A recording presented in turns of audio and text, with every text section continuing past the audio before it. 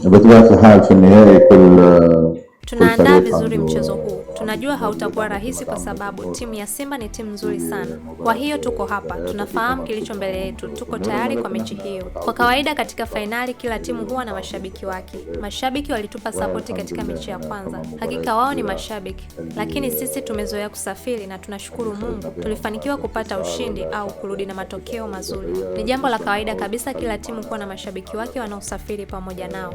Tumecheza mechi nyingi ugenini mbele ya mashabiki wakali na tuliweza kudhibiti hali hiyo vizuri. Nafikiri tuna uzoefu wa kutosha kupita hatua hii salama.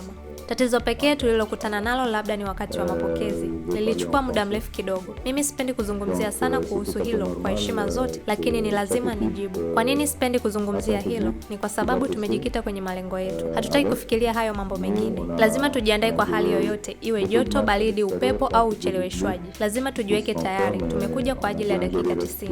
Sio rahisi kuwa na matumaini kila mwaka, lakini nafikiri tumejifunza kutokana na uzoefu. Kila mtu yuko tayari vizuri zaidi kwa ajili ya fainali hii. Tumewapata tena wachezaji wawili muhimu. Tutaona kama wataanza au wataingia wakati wa mchezo. Ni jambo zuri kuwa na kikosi kizima. Kwa upande wangu binafsi, sijawahi kucheza dhidi ya Simba kabla. Nilicheza dhidi ya Yanga nilipokuwa na timu ya Esperance de Tunis mwaka 2007. Sina uzoefu mwingi na Simba, lakini najua mazingira ya mechi kama hizi. Tuna uhakika wa kushinda dhidi ya Simba kutokana na maandalizi ya kisaikolojia.